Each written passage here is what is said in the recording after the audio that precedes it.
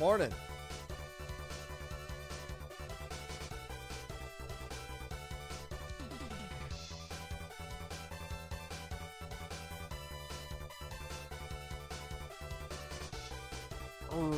Mom, don't come in here acting weird like that, Ace. Morning, Keon. Your WSG, I don't know what that stands for. No, you? Oh, you're the dually player, aren't you? From Vanta Black?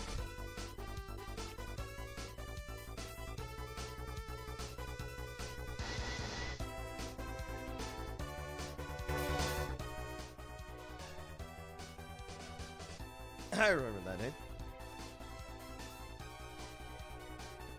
You got too many channel points. You can spend them on hype or something. I have 187,000 channel points. I like to gamble on SOS matches. I like to gamble on those.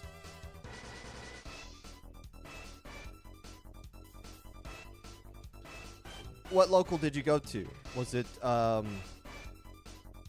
Jim's?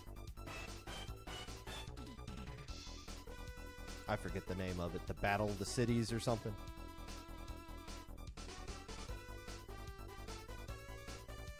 The K-Flav. What team are you, the K-Flav? And I'll answer that question if you tell me what team you're on. Land of 1,000 Lakes. Yeah. 10,000 lakes. I guess that's at 10,000.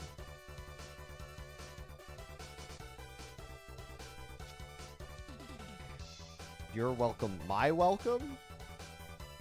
You are welcome, Ace. Jackass. It is too late to sign up for the March Low Inc.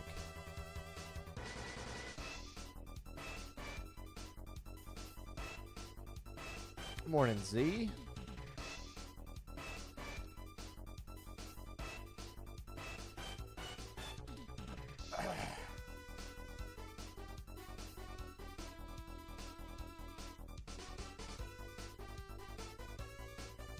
There's no food here. I ain't got no food.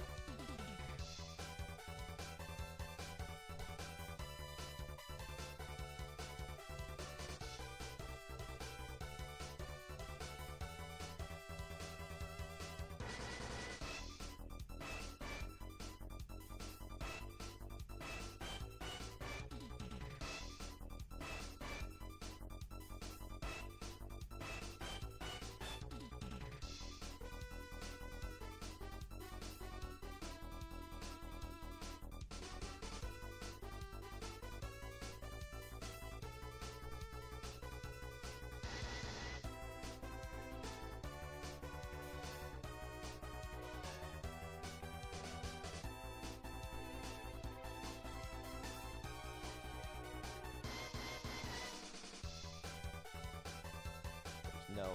There's no way I'm pronouncing that correctly. No, I'm not doing a backflip. I'm not your, this isn't a circus. I'm not your clown. Did anyone on your list prove the seating count wrong by being more? That's not what we're looking at. That's not what we're looking at, body of water. No. No, it is, I mean, there are plenty. I mean, that's kind of a given. I mean, there's so many teams that you look at and you're like, we did them dirty. My bad. I thought you'd be a little bit more competitive. Didn't think you're just gonna get curb stomped every single. And that's where you feel bad, not because like the point is you want to be in the correct div. I know certain people want. Oh, I want to get in this div so it proves I can be banned from that term. All right, nobody cares, but pop off, I guess. But what's worse is being over-divved, and you just get 5-0'd every single week, and it's like, that sucks.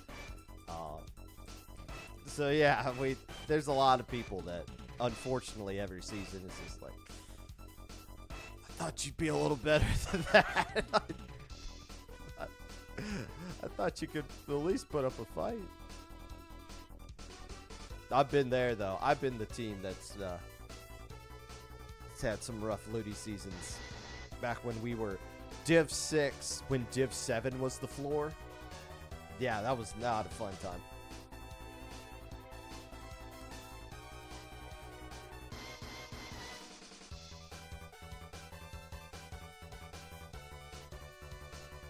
I don't play Minecraft, so I wouldn't even know an answer to give to you. Honestly.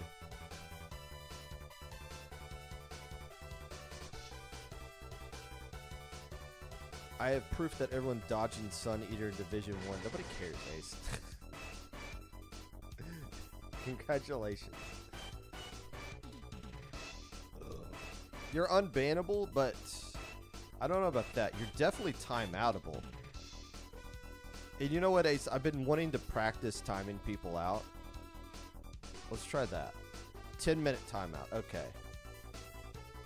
Does it always have to be 10 minutes, though? Can I time you out for more? Can I time you out for less? I don't know. We'll find out. In 10 minutes, Ace, we'll find out if I can time you out for, like, a shorter amount of time. Experiment with that. Thank you for coming. Welcome to the show.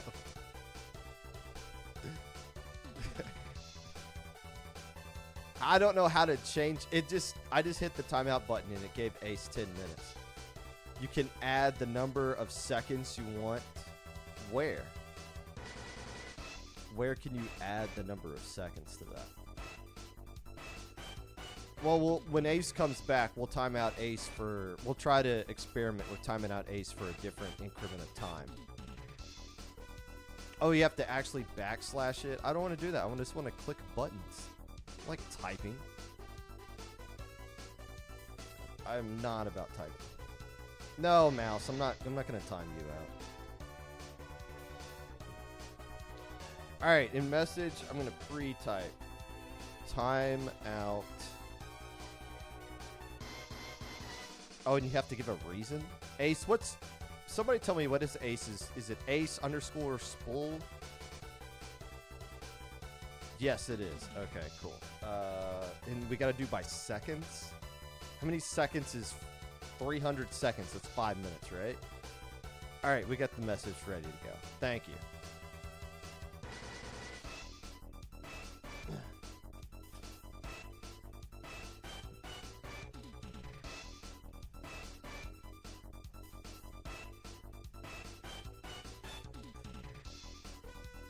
We are set.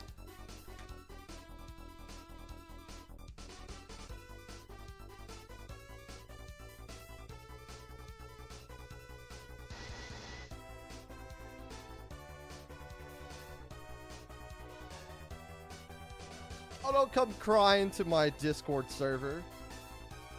Don't come crying in there.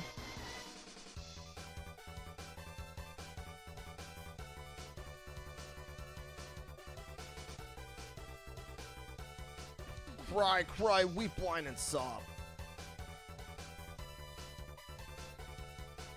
Crying on the Popcast. Get that out of here.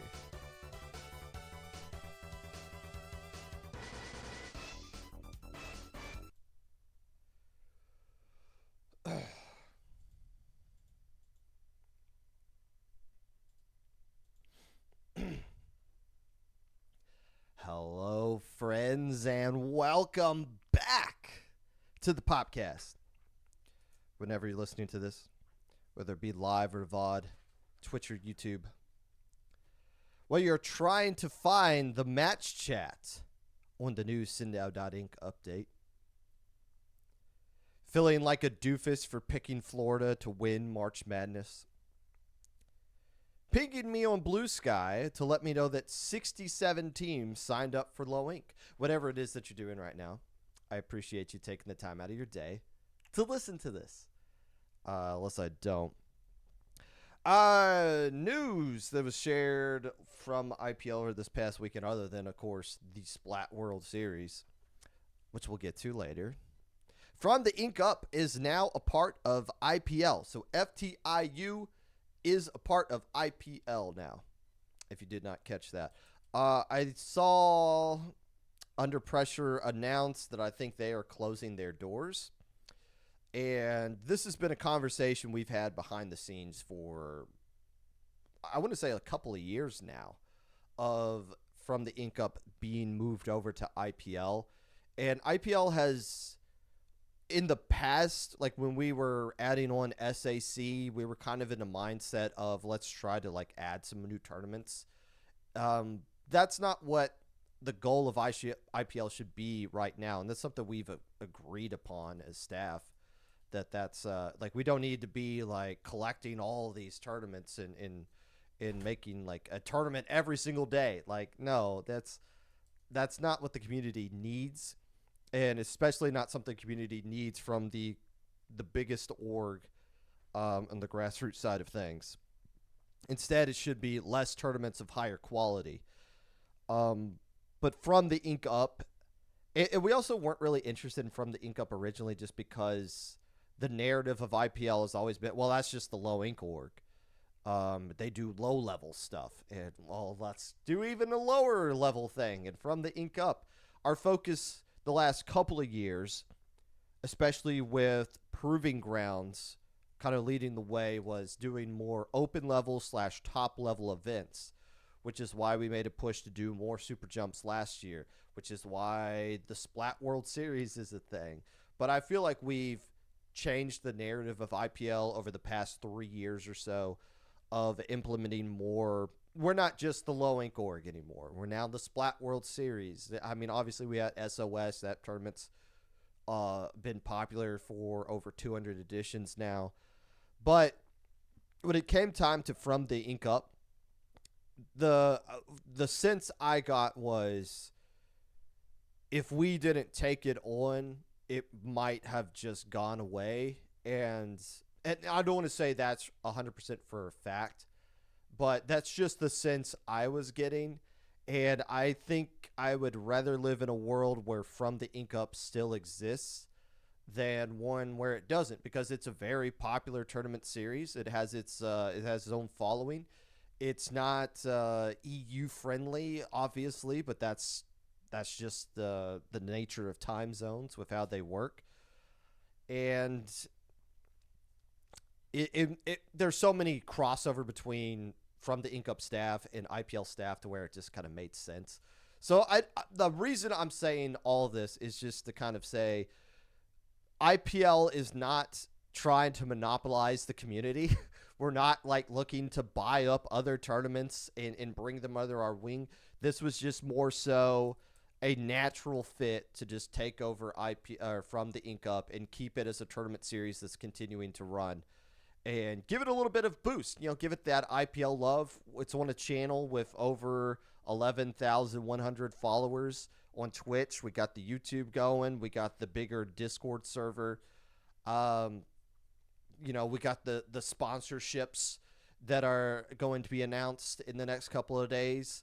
All that big stuff that Z has been working on tirelessly behind the scenes to make us a large company with a huge revenue so that we can start paying people like me and then everybody else beforehand. Health insurance is expensive, and I've been begging for IPL to start creating health insurance for years. And I've had to listen to Hoenn and Grace and Krakenmare talk about, we're just doing this for fun, Popgun. We're all just volunteers here. Do you know how much it costs to give birth to a child in this country?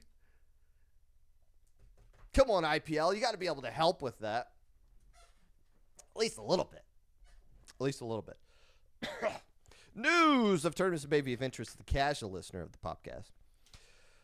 In the Zone, number 50 is going to be taking place this weekend. That is Splat Zone's only, usually an X-ranked tournament. I don't want to say X-rated. that sounds a little risque. But it's an X-rated ranked tournament. Typically based on the type of teams that sign up for that. Also, it is week 5 of LUTI. Most everybody's going to be wrapping up this week's as things kind of move along here. Obviously, Makeup Week is always fun. Some of you are going to play your entire season during Makeup Week. And why do you do that? Why do you not respect yourself and your opponents? That is a captain issue. If you have not played more than 2 matches so far, your captain sucks. That's on them. You need to throw their ass overboard, have a mutiny, and somebody else needs to take control of the rudder of that ship and start steering it into the right direction. Captain issue. Destiny troops never had that. The trick is to be twice the age of everybody on your team. That's how you be a respected captain. Today, we're going to be taking your calls. I'm going to be doing a segment where we're going to be talking about everybody who has officially proved the seeding council wrong, or at least one team from every division-ish. I want to hear your guys' thoughts as well, along with anything else that you want to talk about as it relates to the competitive Splatoon world. And usually when I say that, we spend like 25% of the time talking about real ball sports, which I always enjoy as well. Also, we're going to be slightly recapping the low ink that was won by Altruist, as I can see some folks in that grand finals was in the chat early, because I wonder what they're here for. It's like they can talk about Ace. Perfect. I wanted the timeout. I practiced the new timeout feature. 30 seconds. There we go. Thank you, Ace.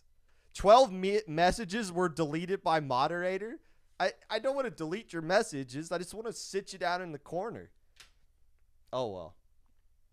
Thank you, Ace. I appreciate you coming back from your 10-minute timeout so that we can work on my modding skills. All that and more. But first.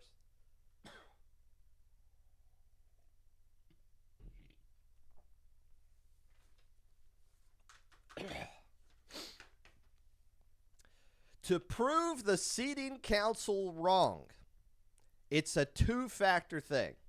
Because you can't just start popping off in tournaments after you get your div and prove the seeding council wrong. Why?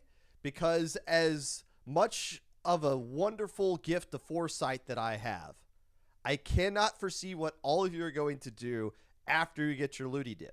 So it has to be a combination of 2 things. One, you have to be really good in your LUTI division. You don't have to be a perfect 4-0 right now, or even a 5-0 right now. If your week 5 opponent is already dropped, give it some time, they will. But you also have to have a resume that was good before February the 22nd, which is when divisions came out. So it has to be something to where the seeding council can look back at the results you had on February 22nd prior and us say, oh yeah, we kind of missed you, and then you prove us wrong by popping off in your LUTI div. So that's how this is going to go. And I do have at least one team from every division. And some of them are a little bit of a stretch because it's like, I think we got some of these divisions right for the most part. Like, I don't, like, yeah, there'll be some teams, if, for the sake of argument, we'll say some teams should move up. But a couple of these divisions, I think we got exactly right. But there's a few teams here where it's like, oh my gosh, we straight up missed this team, and they are destroying their division because of it. We're going to start off in Division X, and this is a bit of trivia for some of you old heads in chat, or some of you new folks in chat. And this is a good trivia question because it's not something that you can easily Google. There was a season, this was my first season on the LUTI Seeding Council, where there was a division above Division X. Could you guys tell me what the name of that division was? What was the division, one season only, that was above Division X? And I preface this by saying, as we look at Division X, you can't exactly say who proved the seeding council wrong. Okay, all of you know. Never mind. I guess that's not the cleverest question. You old heads. How many teams were in Division X plus? I think it was 8, something like that. I don't. Now, there's never been a Division X plus since, and don't really anticipate there being one in the future. It was just kind of a unique thing somebody came up with. But bracket math wise, I think Division X just having 12 teams works out, and then the 24s, and then the 48s, and the 96, and all that other stuff. But Division X right now, I'll let you guys take a look at it. It is a mess. It is an absolute mess. Is this the right? What's the? Hold on, my camera's in the way of all my buttons here. How do I share my screen? There we go. I wanted to keep my face on here. Division X, surprise, is a mess. Here's where we're looking at after 4 weeks being done. Def to Pia is already done because their live opponents already dropped. Banter Bakery demolished Hypernova 5-2 and then called it a season. I think they said they had like scheduling issues, or they just weren't going to be able to play it out. You know, these players are still active as far as I can tell. It's just, nah, we can't really commit to that. Well, Heelbook might have been the top team in this group, but now you got everybody's got at least one loss. Death to P is done. They're 3-2. I don't know if they're going to make playoffs or not, but you got a lot of holes to fill here. And yeah, the Group A is looking extremely uncertain. On the flip side, Group B is loaded with all kinds of monsters. EZMD is 3-0. Besto Friendo, who I would assume a good chunk of you picked to win Division X, they've only played 2 matches so far, and one of them was a 5-4 victory over the UK Mafia, who's lost twice, so they're likely to not make playoffs. And by the way, does AHJIN, do they know they're signed up to play in Division X? Do they know they signed up to play in LUTI? They played 1 match? 1 match? We're on week 5 now. And this was an interesting team that a lot of people had eyeballs on as well, because just based off of their roster. So, who proved the seeding council wrong here?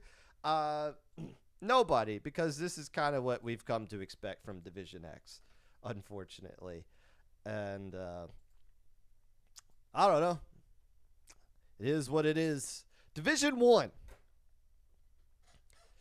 The easy answer here would be Poyo, who is 2-1 in their group right now. And in fact, as far as now not everybody's played the same number of games, but they're currently in 4th place because they lost 5-2 over Hog Tua, who's only got 11 wins to 10 losses. They're sitting at the top of their group as well. So the group that Poyo's in is kind of wide open.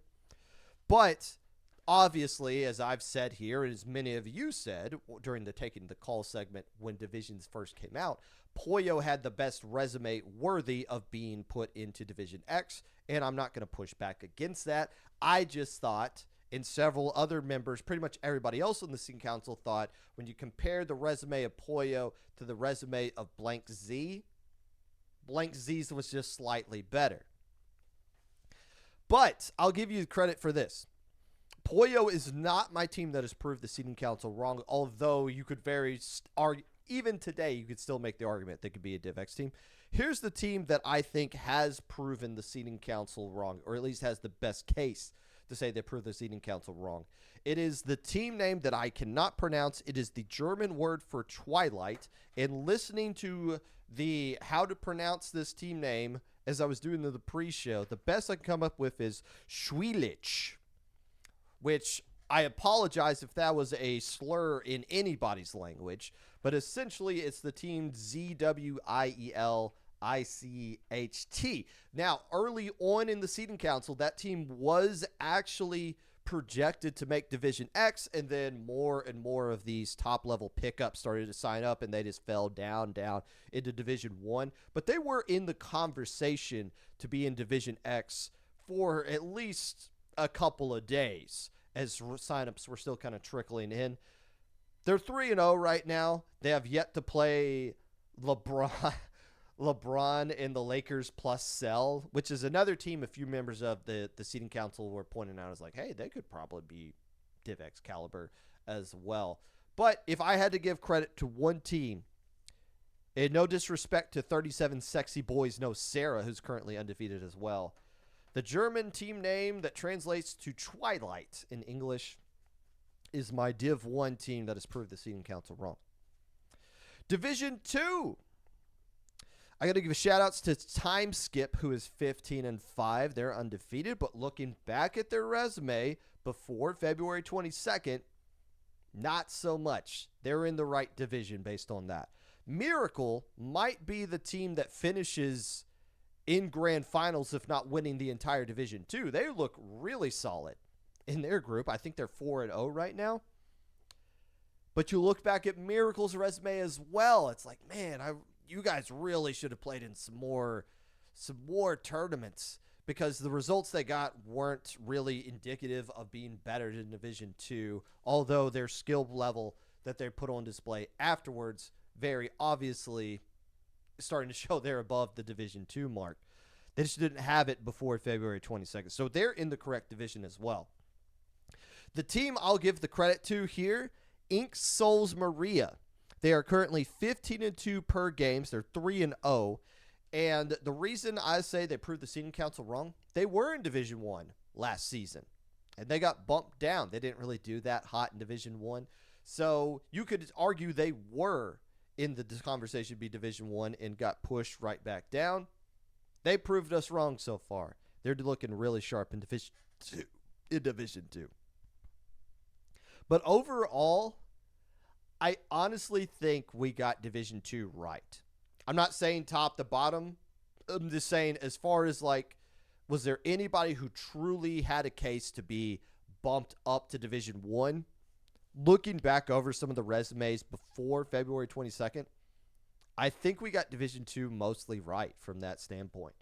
Same thing with Division 3.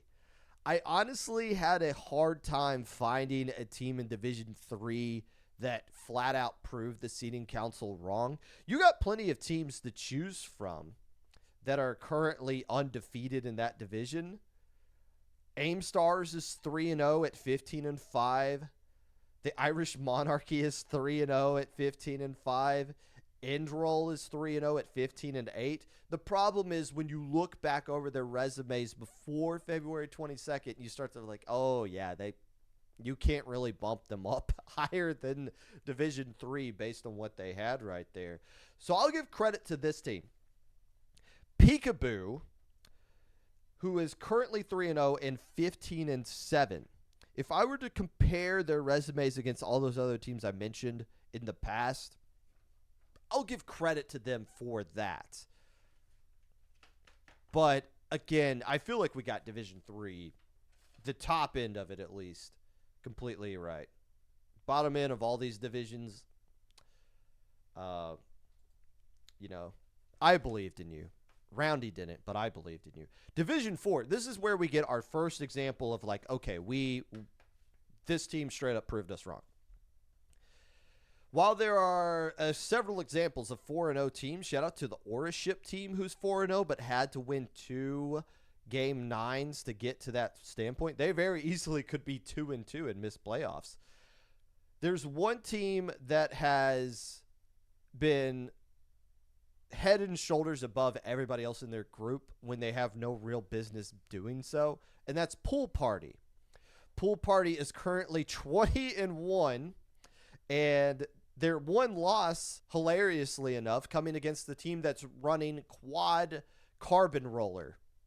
The team that's running Quad Carbon Roller is the only team to take a game off this team at this point. And they're not in some ragtag group that's like in an inexperienced group or something like that. They're arguably in the most experienced group in Division 4. They have a Salt of Pepper in there, Memento Mori, and Jim's Pickup, Trigonometry. Also throw in Orange Gel, who's been playing extremely well, has improved a lot with the division that they've been placed into. And then the Quad Carbon Roller team, who's like, what are you doing?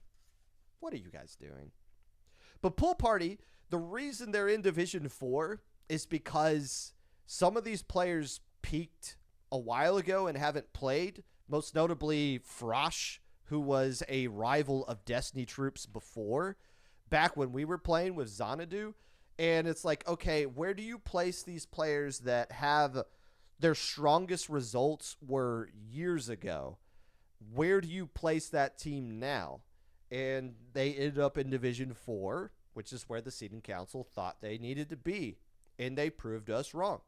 This is the best example. This might not be the best example, but this is one of the, as I was going through this, Pool Party is the team I had in mind. Is like, okay, they can legit say, we actually proved the seeding council wrong, because they did have a resume that made sense to bump them up, and now they got the results to back it up. Moving on to Division 5, it's the Coalition. It is the Coalition. Do not come here and tell me that Altruist won low ink. That proves that they're not a Div 5 team and they should be in Div 4.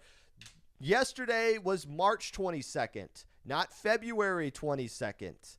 Altruist is still in Division 5, and not to knock them at all, but there's still a way to where they don't even make playoffs in Division 5. As Rose pointed out, best of 9 is not the same as best of 5 or best of 3 in a loser side bracket, which or Swiss side that they played in on Saturday. It is the Coalition who has proved the seeding council wrong.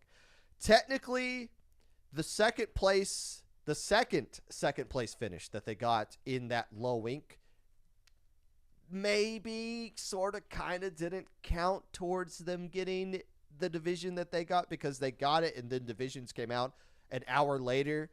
Wet Up got in Division 4, the team that won low ink last February on that day. But the Coalition had enough results stacked up at that point to where you could have very easily made the case to where they were in Division 4. And they're tearing through Division 5 right now. Spoiler alert, we banned them from low ink. We didn't even give them a chance to play. Like, yeah, you're Division 5. We're not even going to give you a chance to play in your first low ink as a legit Division 5 team. Get out. And they're currently 15-0 in their group. The Coalition's pretty good. They proved the seeding council wrong. This team, though, is legit the best example I can find that actually proved the seeding council wrong. It's in Division 6. Rising Beyond the Tides is 4-0 in their group right now in Division 6. So be it. We have plenty of teams that are 4-0. The problem is, you look at the resume they had before February 22nd. Here's some of their highlights. They finished second place in a low ink. Now, that was back in June, so that was several months ago. But they won an A41 in November, and they made back-to-back trips to Alpha Bracket in both November and December. We put them in. Why did we put them in Div 6? Looking back at that now, it's like, oh, yeah, we missed them. We straight up missed them. Like, that is not a resume of a Div 6 team. And they're letting us know that with their gameplay. That I look at the teams who legit have complaints when, like, the complaining comes out, and it's almost always the teams that complain end up doing bad in that LUTI season, and it's like, okay. I didn't see Rising Beyond the Tides complain at all. They just shut up and took care of business, and I respect the hell out of that. What are they right now? 4-0 with 20 wins to only 7 losses. So I'm not sitting here saying they're going to win Division 6. They got their last match against University of South Florida Gold. But, yeah, we got that wrong. Rising Beyond the Tide, I'm sorry. We got that wrong, and you proved it. Nicely done. Division 7, cranking 28. is the team that I got that has proven the seeding council wrong, not just because they are 15-3 in their groups. In fact, there's a ton of folks that are undefeated in their groups. The thing about Crankin 28s is that you look back at their resume, they won a T-Cup that had 29 teams in it, which is nothing to sneeze at. And not saying that result alone should make them Division 6 over Division 7, but that kind of combined with the run they have versus every other team that's undefeated at that division is like, okay, yeah, I'll give you credit for proving the seeding council wrong, cranking 28s. I don't know what that means. Is that like the size of the rims on your car? Is that I'm not going to Google that. I've made that mistake of Googling the references you guys try to make. It never ends well for me. Division 8, 9, and 10. Do I really want you guys to sit here and tell me, oh, the city council doesn't care about low level? Oh, you guys didn't see divisions 4 through 10? Like the actual seating on Cindo? You guys don't do that? Like, I don't want to do that. I don't want to sit here and listen to that nonsense, like where there's some sort of anti-low-level bias. Do you guys know what I do for a living in this community for the past 6 years or so? I think I'm pretty pro-low-level, all right? But if you guys are in Div 8, 9, or 10, it's mostly your fault. I'm not going to lie. I mean, you either didn't put down something incredible on your results, or you just straight up don't play the video game, or you tricked us. You straight up tricked us in some instances. But Division 8, I'll give credit to this. And I've said for the past 2 seasons, Div 7 is the hardest to do because there's so many teams you want to put in Division 7, but there's not enough room for them. So you get teams that you straight up, as a seeding council member, put in Division 8, knowing full well they could be competitive in Division 7. There's just not enough seats on the bus for them. So the one team I'll give credit to here is Flame Runner. Currently 15-0, has not dropped a single game in Division 8. And I forgot to look up the results when I wrote this down as I was scrambling through today. But Flame Runner's my team, and I'm just going to trust past Popgun when he says that the results they had before February 22nd was, all right, sure. That's Div 7-ish, I guess. Whatever you guys would consider Div 7 to be. That's still from the Ink Up eligible, right? Division 9. I've said on the record that 10-11 should not be in Division 9, even though they haven't been playing that great. Just their resume alone is like something we missed. But hey, it turns out we accidentally got that correct. So we failed into proving ourselves right that that's the division they need to be in. And if Yoshi God wants to come on and dispute that during the Taking Your Call segment, go right ahead. The team I'll give the credit to, and there's tons of undefeated teams in Division 9 to go with. So I just said, okay, who's got the most bonkers, absurd stat right now in Division 9? And it's the Outer Net, who is currently 4-0 with 20 wins and only one singular loss.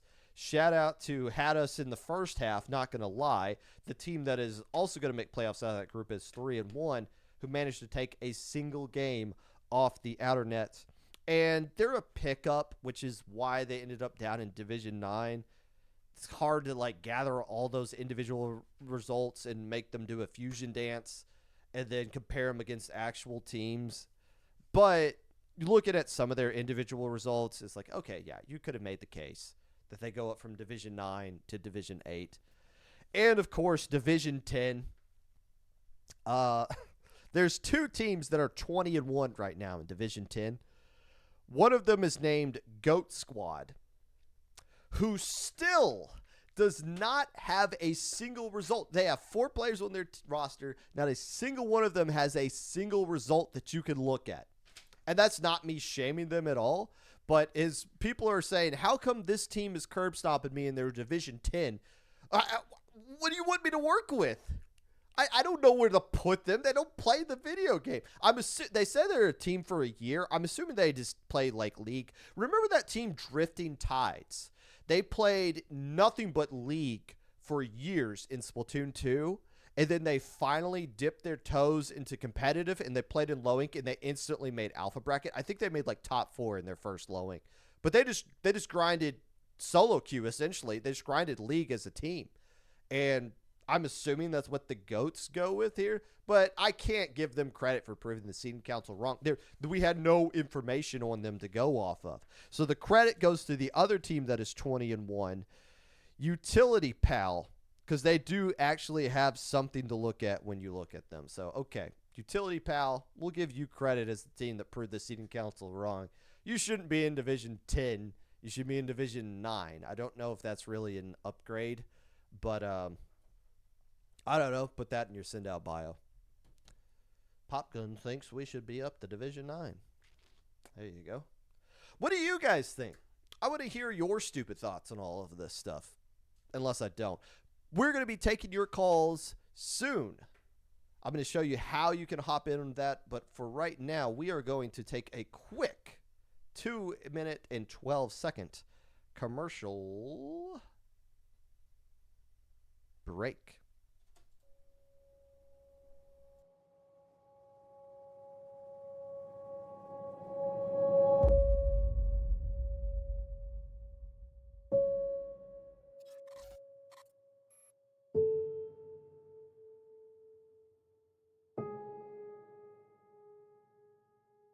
Welcome to the global stage, where regional pride is the glorious prize. With a new year comes a new age, in which fresh talent is on the rise. 全然ありそうですね。あ、これさらに人数よりも続けていますよ。1分過ぎてワイプアウトですよ。Inkling upwards trying to get it, but they don't get it. But his head gets caught by a splat bomb on top of the gravity. Oh, you hate to see it. But before they can celebrate, the invincible gods await. 無敵艦隊レイバー。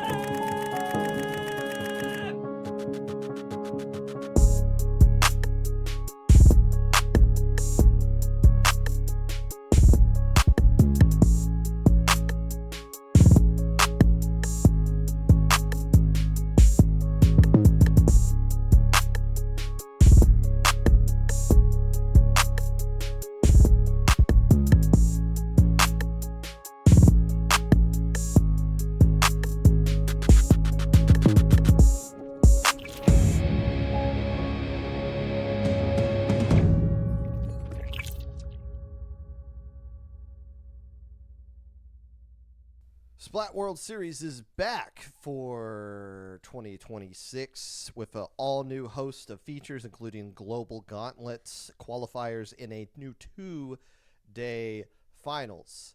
All that information you can find by going to ipl.gov. Ask your parents' permission before going online. Now, we're going to be opening up the phone lines soon. In fact, we're going to do that right now while we get through the low ink portion of things. So if you want to know how you can join the Popcast, join the IPL Discord server. I'm starting the stage now. Not going to ping everyone who approved the seeding count. So, rock. Join that stage. Raise your hand. We'll bring you on one at a time as long as your name is not Ace. And we will take your thoughts on the matter. Phone lines are open now. And while you guys are hopping aboard of that, we're going to blaze through the low ink recap real quick. Like, first off, obviously a lower turnout than what I was expecting. If you heard me talking about low ink and LUTI season running at the same time, I said I was expecting less people to sign up for this event, but not a drastic number because the low ink teams are crazy and they do both in the same day. Plenty of people still signed, a noticeable number of people did not sign up for low ink, which I was genuinely surprised by. You know, I'm not going to sit here and brush that off and be like, it's just we're still low ink, we're still big and bad. No, I was not expecting the lower turnout for the March event. But the good news is small low inks are still fun because alpha bracket, regardless of how many teams sign up for it, is awesome to see. And small low inks with only one Swiss group is easier to run. There's not a whole heck of a lot you have to do with that, except make sure you guys have the correct splash tags that take place in that.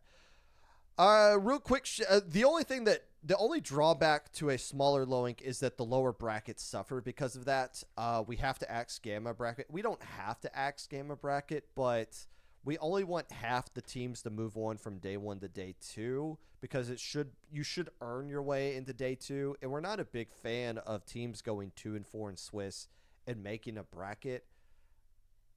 Not to be, again, it's not like a punishment kind of thing. It's just more of like we want you guys to earn your spot in division in day 2. And a lot of you get excited that first time you make it into gamma bracket.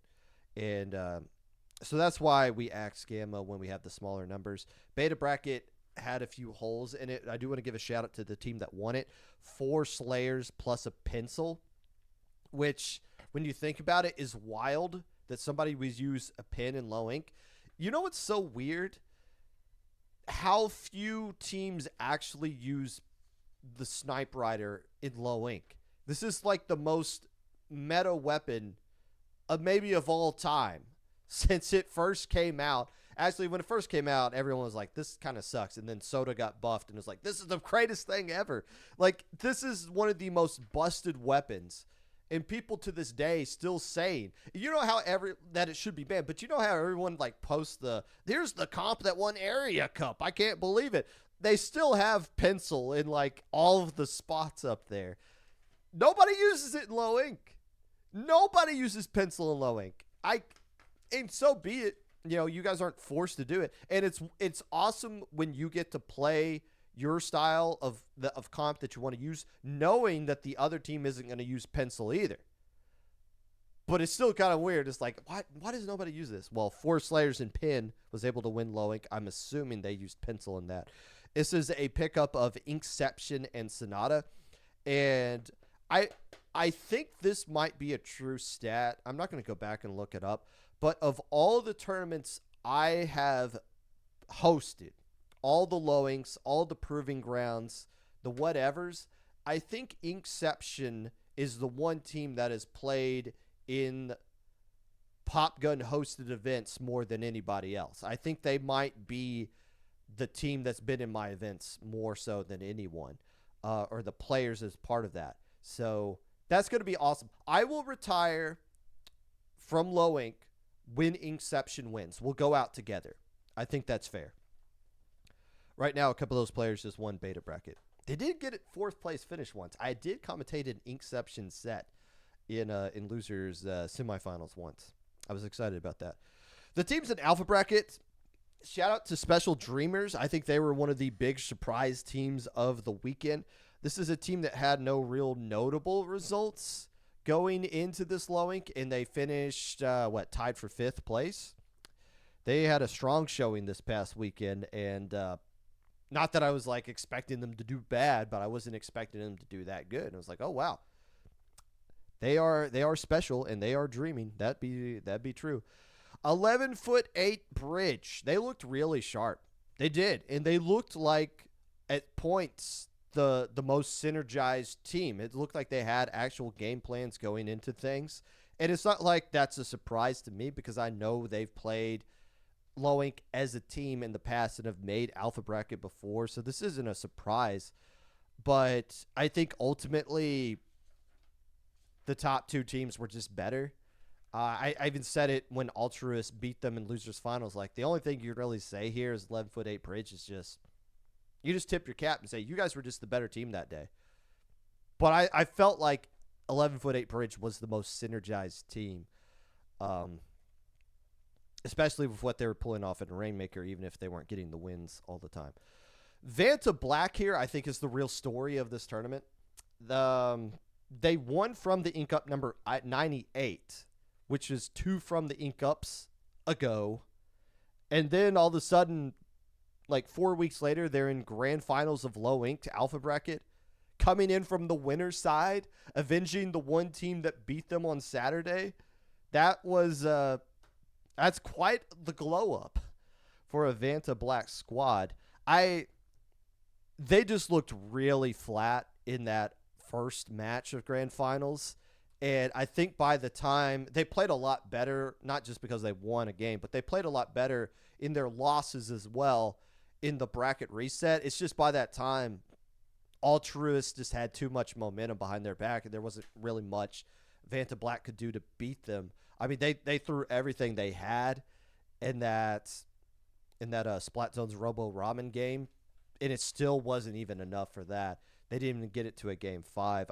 I think Vanta Black, I don't know what they did in between the winning winner's side in that break, but they just didn't come out looking as sharp as they probably should have in that grand finals. And Altruist is just too experienced. Altruist was the most experienced team here. They made Alpha Bracket last month. They went 6-0 on Swiss 2 months in a row.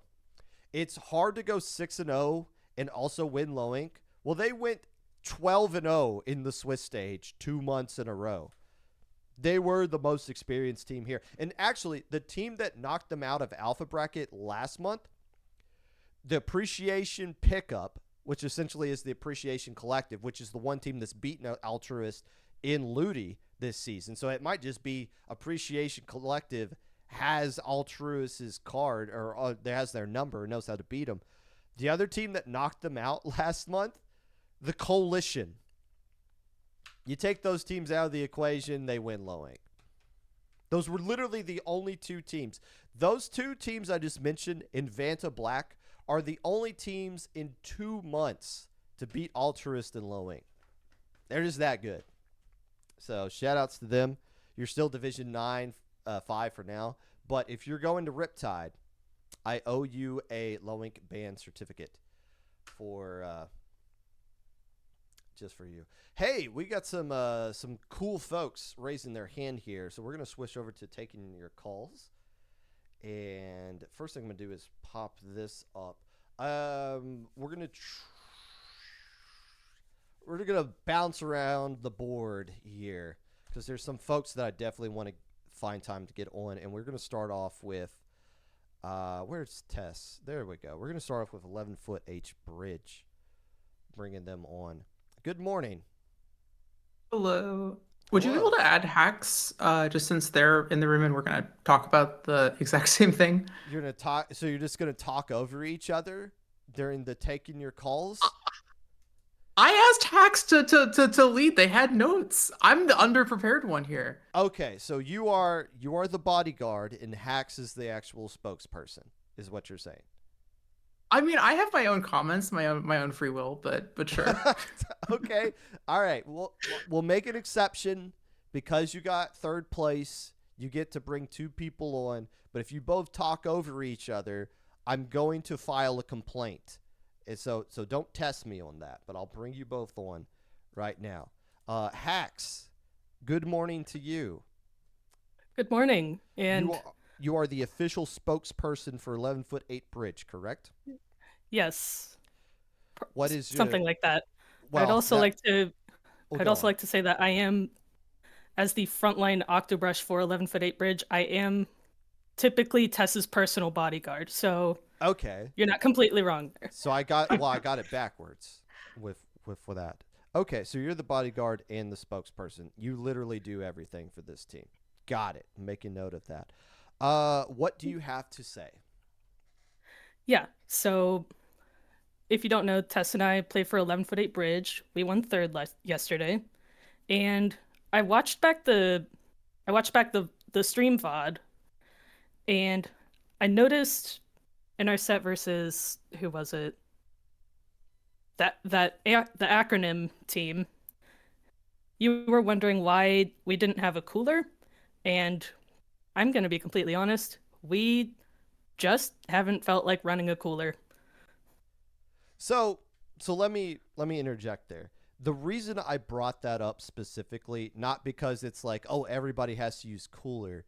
It's just in my mind, it's like, you're going up against the Respawn Punisher and its Rainmaker. like I would assume the opponent would dictate the change to the cooler, not so much just the we don't do it, period. So that's why I brought it up. It's not me. Yeah. I feel like there's a lot of times where in my commentary I'm like, God, they should just do the meta, and it's like, no, that's not it at all. But it's like I was just surprised in that one specific instance where you guys just weren't opting to use cooler. But I mean, as you say, it's just not what you do, so fair enough.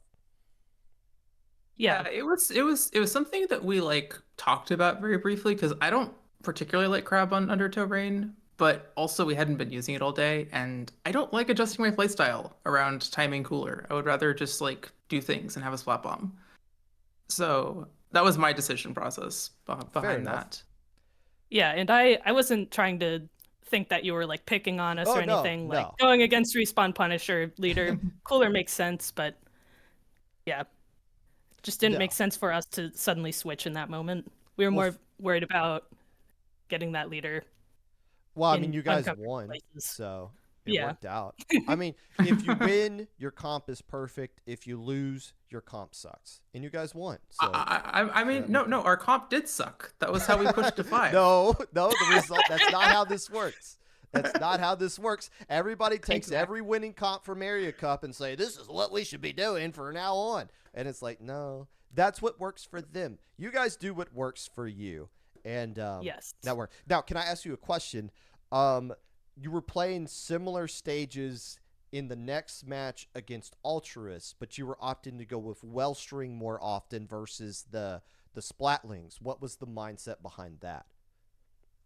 I'd normally play Wellstring, but I think Wellstring into leader is an even worse matchup than crab at it because you just take so long to charge and it's kind of awkward to hide behind spine at times. So I wanted to go Wellstring. I decided that I thought that crab at it was a little bit better of a pick. I mean, it worked both times, but I normally default to Wellstring for most things. And just so you two don't take up the whole segment, but I appreciate you both coming on here. Was there anything specific other than what you've already said that you wanted to make sure that you got out to the entire world? Yes, I did have a question for you about the seeding for low ink. Oh God. I couldn't I couldn't help but notice that we were the 19th seed and our team is 11'8" bridge. Yes. 11 plus 8 equals 19. That is true. Was that intentional? Of course it's intentional. You don't know how late the LUTI the low ink staff stays up in the VC. We were up until 5 a.m. trying to figure out and argue the difference between the seed number 26 and seed number 27. We argued about that for 2 hours until we decided, you know what? That team's 26, that team's 27. No. No. I'll give you a serious answer because I know there's people who ask questions about seeding all the time. With seeding for low ink, seeding for Swiss doesn't do anything beyond round 1. After round 1, it matches you up as best as it can based on what your current record is. Round 1, it does base you off your seed, so we don't take seeding that seriously. But what we do is seed you guys in as groups. So like the teams we raid as a 1, we seed them first. So if you were like seed 1 through 10 or something, we thought you were a 1 caliber team. You guys, I recall, and I'm not going to do this for everybody, but I'll say it for you just as an example. You guys were a 2. And I know that because I was the one who verified you guys. I rated you as a 2 out of 6. 1 being the best, 6 being you are literally a baby in competitive Splatoon. So that's why you guys got 19, because you were in the second group to go in. So you could have been anywhere from like 12 to 20 or something like that. So that's the serious answer to your question. But if you want to give us credit for being creative, we're not going to deny that. We'll take that. Yeah. Since I mentioned the free will earlier, oh my God, free will earlier, I have something I just want to say about the run. Okay. I'm just kind of proud of us for doing. If you look at the bracket, it was almost entirely a loser's run. Like every single team that dropped down into losers with us, like we made it a single elim tournament for them. Like we just like kind of ran out of steam. Altruist definitely played better than us, like for Yeah, sure. they, like you said earlier, and I was thinking this, like during all of it happening, they were simply the stronger team that day. And that's the trap of a losers bracket, is that you guys get to gain momentum and you're constantly going to be playing against people that are coming off of a loss. So your momentum, your mentality is always going to be better than your opponent just based on what happened the previous match prior to each one. So that's you guys kind of get the pull a trap card out on everybody, and it worked out to your credit.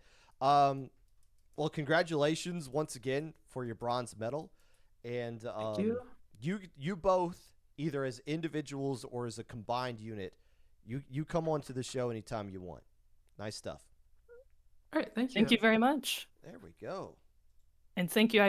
Oh, I cut them off. They were gonna say thank you. You're the greatest person of all time, and I cut them off. Uh-oh. We're going to bounce around. We're going to try to do a mix of people I know are going to talk about low ink and people who I know want to talk about something other than low ink. Let's bring on a person who won low ink back in 2020. And I was surprised. I honestly didn't realize you were on Pool Party till I was watching a VOD Frosh. But it's good to see you around still. What's up? Man, it's good to see you. Hey, I was just gonna ask, like, you were talking about pen earlier and how we're not seeing a lot of that in low ink. You know what else you're not seeing a lot of right now is the ink vac. So I was curious to know your thoughts on that because I don't know if you remember this, but I gotta give credit where credit is due. Like a month after the game released, you were talking about how like the team that masters ink vac is gonna like dominate the competitive scene, right? And here we are, three and a half years later, and we're seeing vacuum everywhere at the top level. So I want to give you props there. I was curious to know your thoughts on like vacuum in the meta and how all that's shaping up. So the vacuum's obviously been buffed a few times before, Right. but yeah, like when it first came out, just oh, you can't do anything in the vacuum area that it's attacking. Like you literally can't even play the game. But I never thought of like, oh, this protects a rainmaker or this like protects a tower or something like that. And it is also curious now because the vacuum you see used is on weapons that did exist when the game first came out. Like you see people using vanilla charger, you see people using vanilla tint, which 11'8" bridge did do yesterday. I think they were one of the only teams to use vacuum. You see people using the rapid blaster, which got so yeah, like you're seeing day one weapons all of a sudden becoming meta in Rainmaker. But yeah, I think that's just one of those proof of concepts. Like you need to see it in action be really successful, and then it starts to pick up. And obviously, it's been buffed a lot. That helps it out too. But yeah, just from like a concept standpoint, and I can't sit here and say that I was right about vac, because like Destiny Troops played for the first year at Splatoon 3. We didn't touch vacuum either. You know, it was gross, but it's popular now. To your point. Right. Well, that's all I had to say. I mean, yeah. It's good to see you, man. It's good. I owe you. You've never gotten an official low ink band certificate, have you? Like for I have Xanadu? not. No, that was too old, man. Well, that was years ago. I'll definitely make sure to get you one at Riptide when we see you. All right, appreciate it, man. I'll see you there. Absolutely. God, I want to beat that team again. I want one more shot at Xanadu. Now, right now, though, those players seem pretty strong. Let's jump back in the low ink. We're going to go to Vanta Black, the reigning silver medalist. Good morning. What's good? Good morning. Oh, wait, afternoon. My bad. Well, that's afternoon where I'm at. Okay, fair enough. What do you got for us? Well, first off, who are you? I only see you as Vanta Black on this server. Well, I was the dually player on our second place run for low ink. Yeah, it's Howl. Yeah. So I know we didn't want to go back to our low ink run, but there's what we got to talk. But this is kind of something I want to talk about. Okay. So during our run, I did see your stream and you did mention that we did play groups first day one, and then we played Then we played Milk Cup, and you were wondering how we got the energy to do that. But to be honest, we were just university students. Like, like we're just 18 plus. But still, do you all go to the same university? No. Do you, if that's the case, that we probably would have. If that's the case, we probably would have made a CCA team. But if that's the case, no, we don't. Okay, I got you. Do you play on a CCA team right now?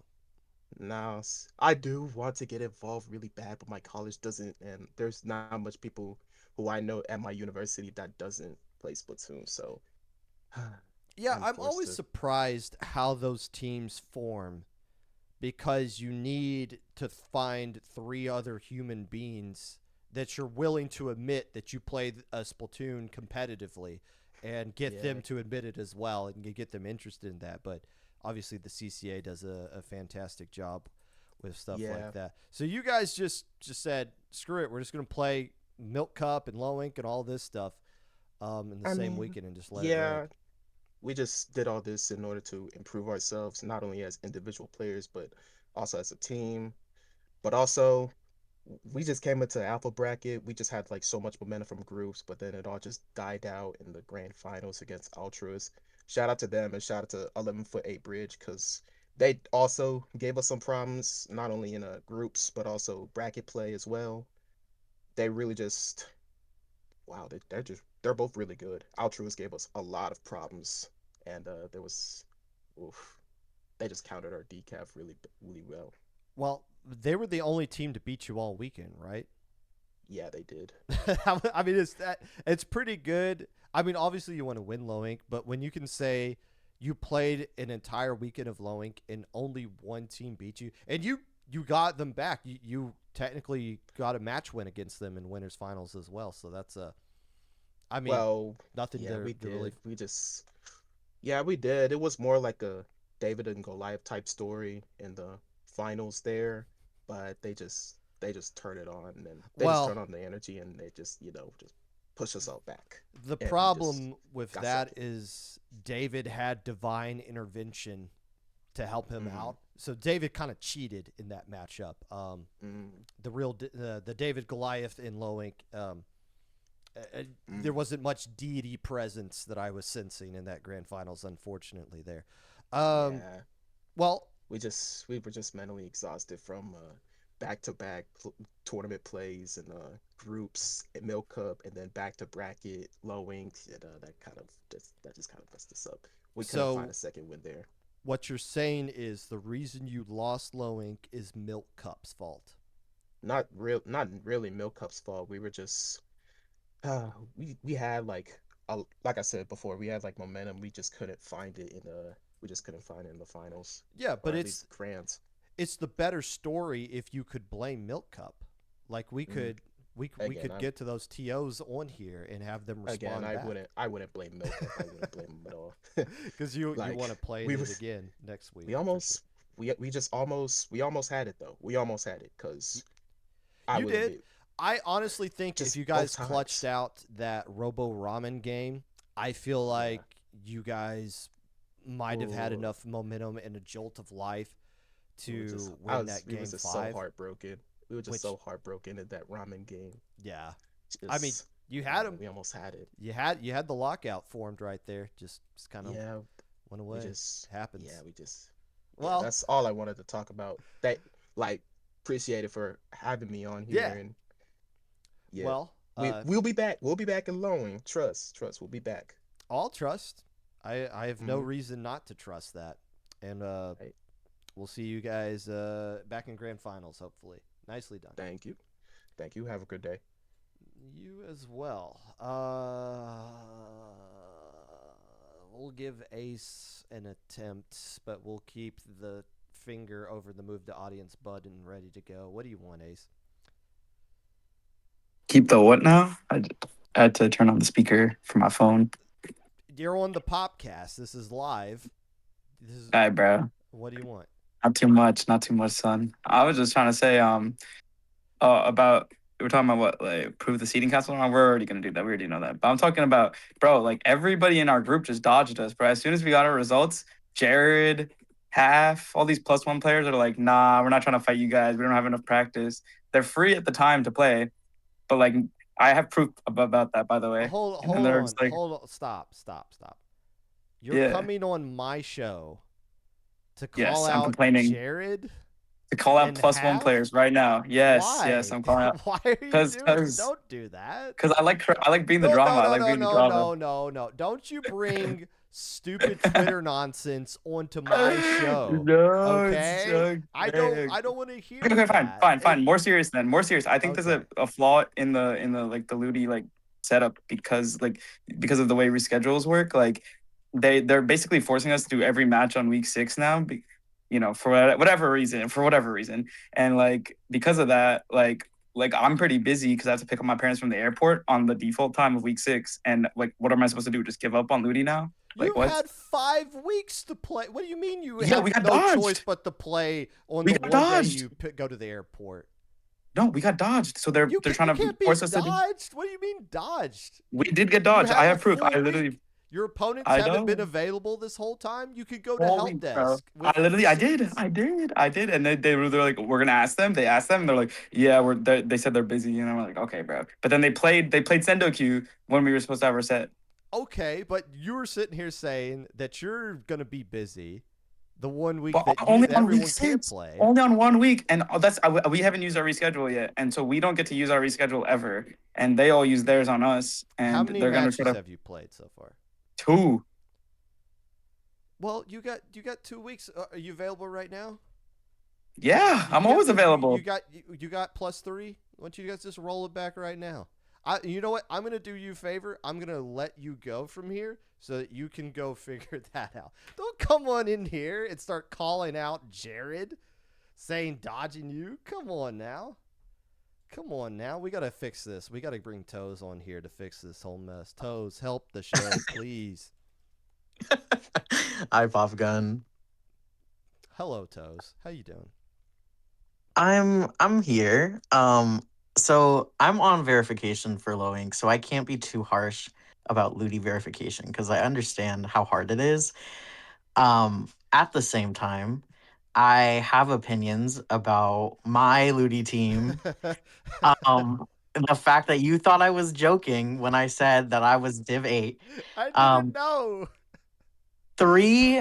Half of our team, by the way, is low ink band. Safra and I were both Div 4. And I just don't understand how the seating council looked at us and was like, yeah, these guys dropped 4 divs. That's how washed they are. Our last LUTI set yesterday, our total time was under 20 minutes with full waiting time between each game. It feels like we're smurfing in Div 8. It feels gross and wrong, and I don't understand how this happened. You are a Samsung washing machine? Correct. Now, you are wondering how you are Div 8 when your team name is Samsung washing machine. Okay, and didn't you now you pointed this out to me earlier, like last month, and my response to you was literally, "Oh wait, you're playing it. I didn't realize you were playing in that." So yeah, I'll give you credit. You guys are 20 wins to only 1 loss. Okay, how'd you guys lose 1? Because I wasn't playing. Sorry, team. Sorry, team. Sorry, team. Okay. 1 loss to Swimming with the Fishes. They were able to take a game off of you guys. Okay, fine. Okay, so in that case, you didn't prove the seating council wrong. You just proved that we screwed up. Yes. And you know what? We'll win. We'll win Div 8, and once that happens, I want a personal apology from you, Popgun. From me? Why? Yeah, There's from 10 you. other people in the council. What did I do? No, you know what? I think from you it holds weight. Toes, for all you know, I was the one person pounding the table saying, a Samsung washing machine? I own one of those things. That's Div 2 at worst. And then okay. Div 2 is a little crazy. Roundy was saying, hell nah. Their ass is Div 8. And there wasn't anything I could do about that. So don't come at me. I was your only cheerleader. Don't check the VODs. I was the only one. Okay, Popgun. If you put us in Div 2, I would have wanted a personal apology anyways. I'll apologize for too much believing in you. Okay, Thank Samsung you. washing machine. Yeah, I think we missed you guys. I think we got that wrong. I think that's fair to Thank say. you. Thank you for understanding. It'd be nicer to these Div 8 teams. Well, okay. I can't have you 5-0ing them and then answering their questions in low ink help desk. I can't have that. That's not. Don't worry. I don't touch help desk. I only verify you guys.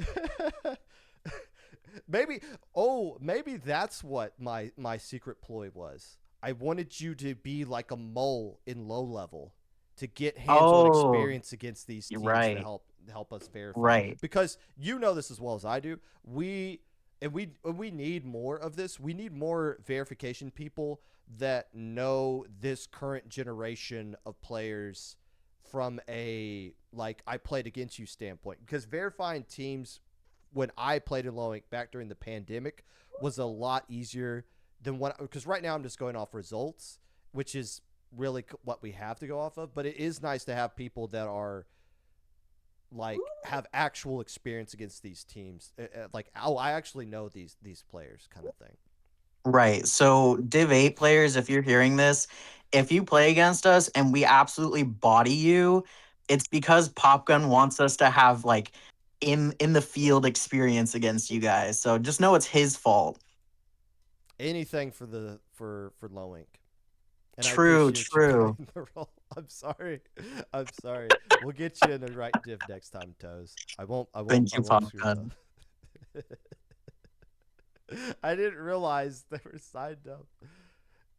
What's their name? Samsung washing machine. Yeah, I think they proved the seating council wrong. We're gonna go. Blue Flare's been waiting for a bit. Supernova, we'll get you one next as well. I know you've been waiting for a hot minute. And we're not gonna get everybody. Hello, I'm on my phone right now. Good morning, Blue Flare. Yeah. What you got? I had something in my head, but I'm a little not prepared. I wanted to talk generally about something that I think most people could do, and that's having a positive role model. It's something I've been thinking about for a bit, and it's like a lot of teams, tournaments, that sort of thing.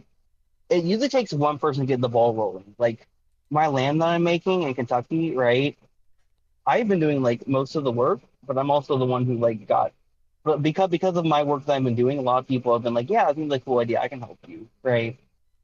And having that getting that ball rolling momentum has been really critical to a lot of projects. I don't think Spot World Series would exist without the initial pitch that C made all the way ago. So yeah, positive role models. Like right now I'm about to pick up a monitor because I've been scripting on Facebook Marketplace. So I probably have to go now, but yeah, that's all I have to say. Okay. Well, that's a fair take, and keep grinding away at that land in Kentucky. I'll definitely make an appearance there if my schedule lines up for sure. All right. Well, thank you for being on hold there for a bit. We're gonna try to breeze through some of these. Supernova. Good morning. Hello, it's me. What you got? It's me, Matt. Mouse. Okay, 3 quick things. Firstly, low ink run. Absolutely insane. What the hell happened? So many teams dropped out. So many teams climbed day 2. We made day 2. We were scuffed as hell. How did you do in low ink? I didn't even check. We won 1 game and lost losers bracket round 1, which, I mean, improvement. Okay, second thing, they trusted my ass for Triton Cup. Not just any bit of Triton Cup, the second half. And I was so nervous. You played in Triton Cup? And you were nervous about it? No, I was the commentator for Triton Cup. You commentated Triton Cup. Okay. Did you enjoy it? Yeah, but there was still a big responsibility because it's not a... Well, I mean, it really just comes down to if you enjoyed it or not. Is when it comes to any kind of commentary. Okay, and the final thing. Sorry, I'm just being. I had the biggest center queue upset ever.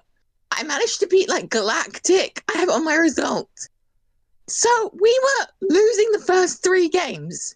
One of our members disconnected. And instead of doing a 4v3, they did a 3v3, which we took games 5 and 6 when I switched to the undercover. In a 3v3, they allowed it. Crazy. So you beat them in a 3v3? Is that what you're saying? Yeah, and then they came back for a 4v4, and we beat them legitimately. And I'm like, what the?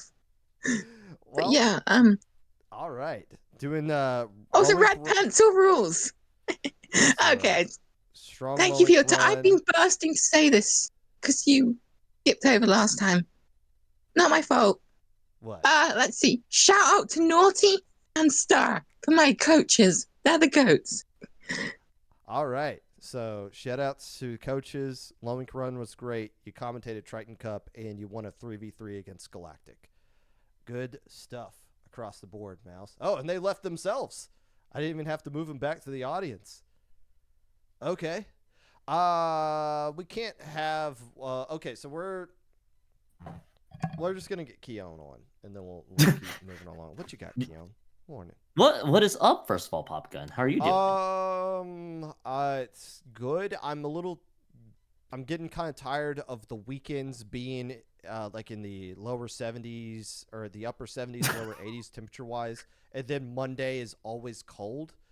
But it's been nice to go out to the park and play around in the playgrounds. PJ loves playgrounds, so that's been nice. How are you been doing?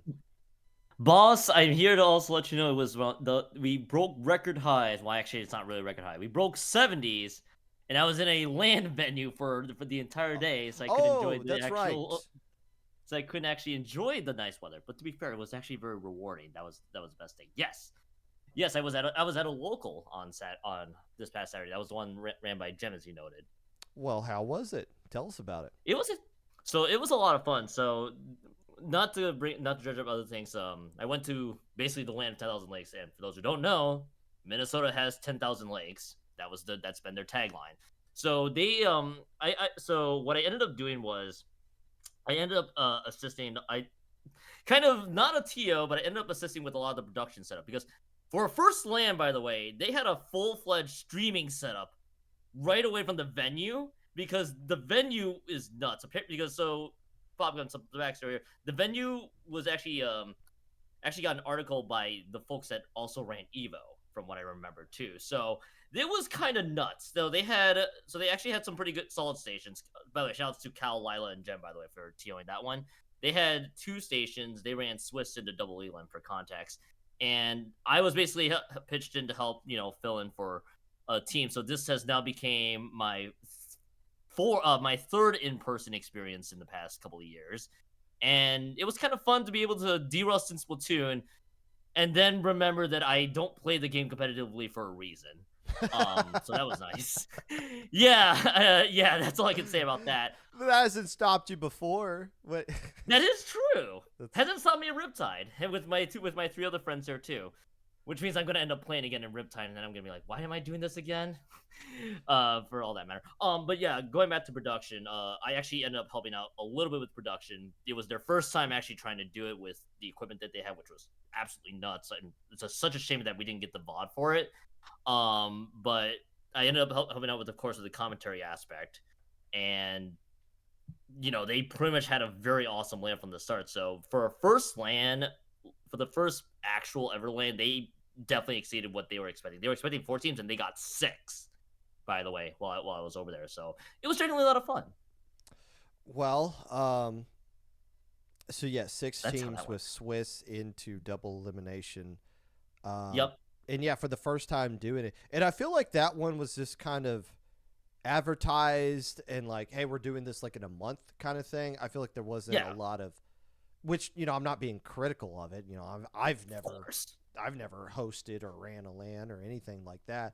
But I feel like you get one underneath your belt, and then you learn, like, okay, when this gets bigger, here's the adjustments that we can make, stuff like that. So And the shout outs by the way to TO's opening to the head TO Cal, they opened up the feedback channel and I wanted to shout it's like, dude, for a first slam, the fact that it actually ran as well as it did is not short of incredible, and all they needed to do was definitely listen to all the competitors. I also pitched in and provided some feedback on how that could have easily been improved. But yeah, but if you're doing this for the first time, it's never gonna be perfect from the first go either. So well, Keon, how's your bracket doing? Busted right out of the gate. The minute that Ohio State lost to TCU, I'm like, all right, it's over. I basically already whiffed it. It's an 8-9 matchup. The winner got to play Duke. What, you had Ohio State win it at all or something? No, and then I had Wisconsin over High Point. That obviously didn't pan out. And then it got worse. Vanderbilt, I think, lost because the half court shot didn't yesterday. Apparently rattled out. Yes. Who do you have winning at all? Michigan. Okay, Michigan well they're still alive. I had Florida. They God. lost to Iowa. My condolences. Iowa.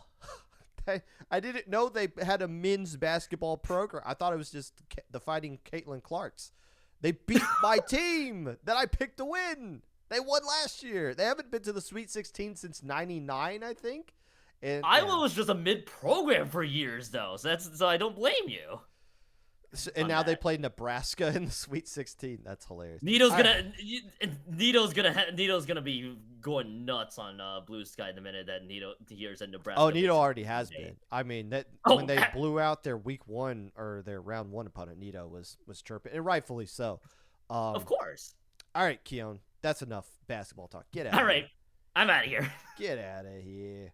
We're gonna bring on 2 more people, and I'm gonna try to get 2 people I haven't had on before. And this can only go back. We're going to bring on Orship, and then we're going to go with Chris Croc because I watched part of their stream yesterday. I need to call them out for the brain rot on their overlay. We're going to start off with the Orship, currently undefeated in Division 4, has won 2 Game 9s to get there. What's up? Hello. I just wanted to talk about my Game 9 real quick. You broke out. You want to talk about what? Oh, can you hear me? Yes. Okay, I just want to talk about my Game 9s real quick. Okay. So Orship has fought Thinking Caps and Jelly Squids into Game 9. Shout out to those 2 teams. Very intense sets. They're incredibly fun. And I just want to say, LUTI has been so amazing. I've enjoyed it so much. And just the intensity of these sets, I mean, I can't say the seating council got us perfect. It has done really good job. Well, I think you guys are in a good group, which is also extremely difficult to do, and the seating council plays no role in that, or at least I don't, at least. So, it's if you get the right kind of group, and yeah, you guys are 4-0, but like I said, you very easily could have been 2-2, which means you got competitive matches, which is fun to do. So congratulations on your success so far, and keep it up. What is the Aura ship? What's the origin of your team name? Well, we were forming right around when the Aura update came around, and we have a Carbon on our team, and we just farm Aura. That's all we do, and we're the captains of that ship. That is, and you can't all be the captains of it. Well, I'm the captain. Okay, you're the captain of this ship. Yeah. Take some initiative there. Say, no, I'm the captain of this ship. I'm the captain. Exactly. All right. Nicely done. You come back on anytime. We're going to go one more person. Chris Croc. Division 8. Is that correct? 9. 9. Okay. I was just scrolling through things last night, and I saw through the Sendow.Inc. in Division 9, there was a match open between 2 teams who I don't think had dropped a game at all. Yeah. And you were streaming, so I was like, okay, I'm going to hop in there. You got 4 different brain rot things going on in your overlay. Why do you hate your viewers so much? What did they do? Because it's funny. Come on, you can't lie. It's funny to have Sindu reaction. Whenever I'm running Cooler, I have the image of Joe Biden lean for my special. And then at the bottom, I have a comment from Jared's World video that some JP player left about rights and propaganda. And then final corner, I have the low bit rate video Zero took of him dancing after Volti lost that one tourney the other day. I didn't know what that was. I didn't realize. I saw the dancing crab. I knew that. I didn't realize that was Zero dancing about. Okay. Hold on, I think I have it as a gift too. Oh, yeah, lovely. here. Oh no, you don't have to send it to me. I'm good. Thank you. I sent in the VC chat for everyone. Oh, good. We weren't going to deprive them of that. So why did you initially raise your hand? What did you want to talk about? I just want to gloat about the fact that we proved the seeding council wrong. We are 4-0 in our sets, and we have only dropped one game out of all of those sets, and it was to the other team who hadn't dropped a game before that. And what is your team name again? The Outer Net. Well, yeah, did you tune in earlier when I talked about Division 9? Nope, I just got here. Sorry. What team did you think I listed as the team that I thought proved the seeding council wrong? Mine and the other team? No, just you. Well, okay, so what? Wow. No, I'm not repeating myself. I was about to, but then I realized, no, I'm not going to do that. So yeah, I'll just go back in the VOD. I'll just go back in the VOD. Okay, so I'll kick you out. You can go back to the VOD, and we're actually going to end the episode here. But you can come back on next week and tell me your thoughts. But you're getting an F for showing up late to class. You don't get to take the test if you showed up this late. And see me in the office afterwards. Okay. Dang. Did you guys coming on in here and then coming after me for things I already said that you didn't see because you weren't here on time when the show started? But we're going to end it there. My apologies to the 4-8 other people who have their hands raised. We'll try to get you next time.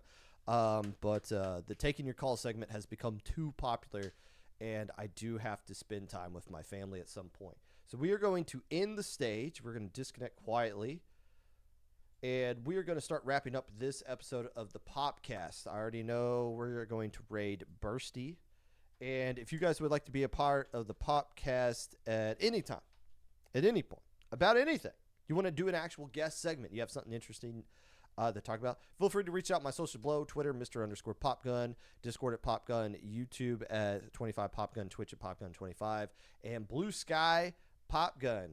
In the meantime, make sure you guys stay safe, get vaccinated, wear a mask when applicable, support your locals, and stay out of trouble the best you can.